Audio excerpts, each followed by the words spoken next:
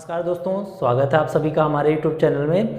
आज से हम लोग सीटेट के प्रिपरेशन करना शुरू कर रहे हैं। ठीक है, आज से आपको प्रत्येक दिन लगभग एक वीडियो सीटेट का ज़रूर मिल जाएगा।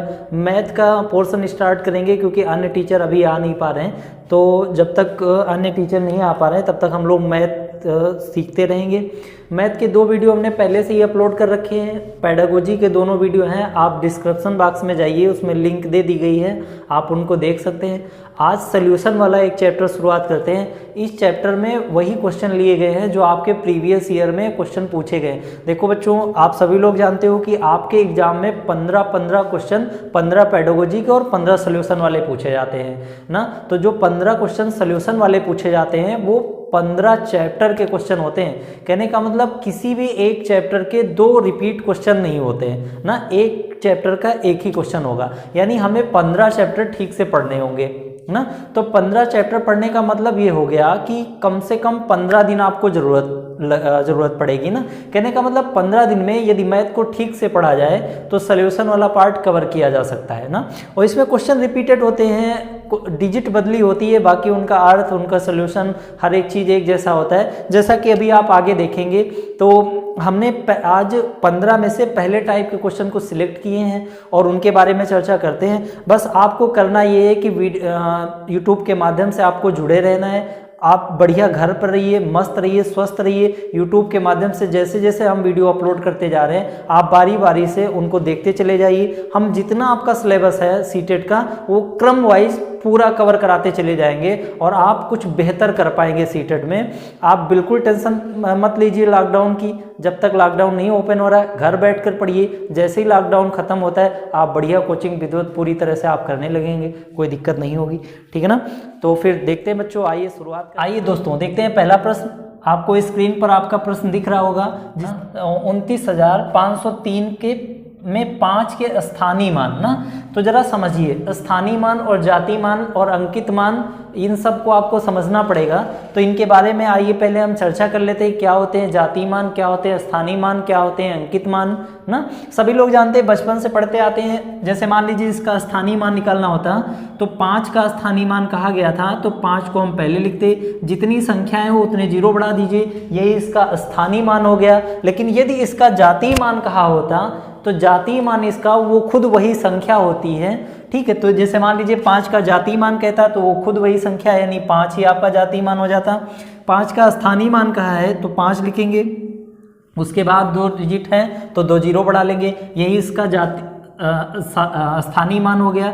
फिर हमसे कहा गया कि एक अगली संख्या दे दी गई है, इसमें कहा गया कि 7 के जातीय मान, अभी बताया था जातीय मान वो खुद वही संख्या होती है और स्थानीय मान वो संख्या लिखेंगे, उसके बाद जितने अंक होंगे उतने 0 बढ़ा देंगे, ये इसका स्थानीय मान हो जाएगा। हमसे कहा गया इन दोनों का अंतर कितना होगा, इन दोनों को आप घटा दीजिए, घटाने के बाद आप जो पाएंगे वही आपका फाइनल आंसर होगा।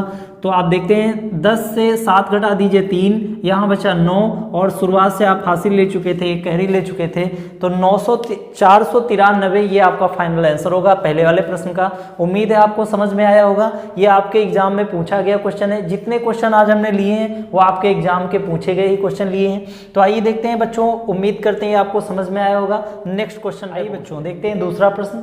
दूसरा प्रश्न आपको दिख रहा होगा स्क्रीन पे। इस पे कहा गया हमसे कि 56,431 में 6 के स्थानीय मान, सभी लोग जानते हैं 6 का स्थानीय मान 6 लिखेंगे, 3 संख्याएं 3 0 बढ़ा देंगे, तथा 4 के अंकित मान, 4 लिखा हुआ ये अंकित मान बताया था वही खुद संख्या ही होती है, तो उसके बीच का अंतर आपको बताना था। तो आप देख रहे होंगे इस प्रकार के सारे एक ही जैसे प्रश्न हैं जो आपके एग्जाम में पूछे गए। बस आप घटा दीजिए, आपको आंसर प्राप्त हो जाएगा। 10 से 4 घटाएंगे 6, यहाँ बचा 9, यहाँ बचा 9, यहाँ बचा 5, यही आपका फाइनल आंसर होगा। इस प्रकार से आप कोई भी प्रश्न कर सकते हैं, कोई दिक्कत नहीं होगी। आइए देखते हैं तीसरा प्रश्न। आइए बच्चों देखते हैं तीसरा प्रश्न। इसमें हमसे कहा गया कि एक संख्या दी गई है 35,362, इसमें 5 के स्थानीय मान और अंकित मान का अंतर बताना है। कुछ नहीं करना, बस आप इसके 5 के स्थानीय मान को आप निकालोगे, 5, 3 संख्याएं 3 0 बढ़ा दीजिए। इसके बाद आप देख रहे होंगे 5 का जातीय मान वो खुद वही संख्या होगी जातीय मान या अंकित मान में, बस आप इनको घटा दीजिए, वही आपका फाइनल आंसर प्राप्त हो जाएगा। घटाएंगे 5, यहाँ 9, यहाँ 9, ये 4 आंसर। ठीक है ना। इस प्रकार से आप कोई भी क्वेश्चन बिना किसी हेडक के कर सकते हैं, सारे क्वेश्चन आप आराम से सॉल्व कर सकते हैं। ठीक है ना। आइए बच्चों देखते हैं तीसरा प्रश्न। तीसरे प्रश्न में हमसे कहा गया, सॉरी चौथा प्रश्न होगा ना अब तो, हाँ चौथे प्रश्न में हमसे कहा गया 70,560 में 5 और 6 के स्थानीय मानों का गुणनफल क्या होगा ना। 5 और 6 के स्थानीय मानों का गुणनफल क्या होगा। आप सभी लोग जानते हैं, सभी लोग बता दीजिए कि 5 का स्थानीय मान कितना आएगा। आप सब लोग बता सकते हैं 5 का स्थानीय मान 5 लिखेंगे, 2 संख्याएं हैं 0 बढ़ा देंगे। फिर हमसे कहा गया था 5 और 6 के स्थानीय मान, चलिए बता दीजिए 6 का स्थानीय मान कितना आएगा। 6 का स्थानीय मान जब आप निकालेंगे तो फिर 6, फिर उसके बाद एक संख्या लिखिए, वही इसका आंसर हो जाएगा। तो ये 5 का स्थानीय मान हो जाएगा, ये 6 का स्थानीय मान हो जाएगा। इन दोनों का गुणनफल ही हमारा फाइनल आंसर होगा। गुणा कर लीजिए, ठीक है, 6 पंचे 30, यही आपका फाइनल आंसर होगा। आप गुणा करके देख लीजिए, यही आपको प्राप्त होगा। इस प्रकार से आपको, सॉरी एक 0 कम रह गया, पहले 3 0 बढ़ा लेंगे, 6 पंचे 30, यही आपका फाइनल आंसर होगा ना। ठीक है ना। आइए बच्चों देखते हैं पांचवा प्रश्न। 12,345 में 3 के स्थानीय मान और अंकित मान का अंतर ज्ञात कीजिए ना। 3 के स्थानीय मान और अंकित मान का अंतर ज्ञात कीजिए। देखिए 3 का स्थानीय मान कितना है, 3 और फिर 2 संख्याएं थी, 2 0 बढ़ा दिए। इसके बाद इसका अंकित मान 3, वो खुद संख्या हो जाएगी, यही इसका घटा दीजिए, वही अंतर प्राप्त हो जाएगा, ये इसका फाइनल आंसर हो। 10 से 3 घटाया 7, ये 9 और यहाँ पर 2, यही इसका आंसर है। इस प्रकार से आप कोई भी प्रश्न कर सकते हैं। आपको लग रहा होगा कि बढ़िया प्रश्न आपके एग्जाम में आते हैं, ठीक है, लेकिन तब भी रिजल्ट इसका बहुत खराब जाता है। लेकिन आप मैथ में बहुत आराम से कर सकते हैं, कोई दिक्कत नहीं है। अगर आपको मैथ कुछ भी नहीं आती तब भी बहुत कुछ कर सकते हैं। आइए देखते हैं छठा बच्चों, देखते हैं छठा प्रश्न। हमसे कहा गया 24 में 2 के स्थानीय मानों का योगफल क्या होगा ना। 2 के स्थानीय मानों का योगफल क्या होगा। आइए देखते हैं, 2 बार आया ना, तो एक बार इस 2 का स्थानीय मान निकालेंगे तो देखेंगे 3 संख्याएं थी तो ये प्राप्त होगा। एक बार जब इस 2 का स्थानीय मान निकालोगे तो ये प्राप्त होगा। इनका योगफल हमसे कहा गया है जोड़ दीजिए। हर बार अंतर कहा जाता था इसलिए हम लोग घटा देते थे, इस बार हमसे जोड़ने को कहा गया। 2000 में 20 जोड़ोगे 2020 प्राप्त होगा। इस प्रकार से आपके सारे क्वेश्चन हो गए। आइए देखते हैं एक प्रश्न और सॉल्व कर लेते हैं। थोड़ा सा लेंदी है लेकिन है आसान, आप करेंगे तो आप उसको सॉल्व कर पाएंगे, बेहतर तरीके से सीख पाएंगे।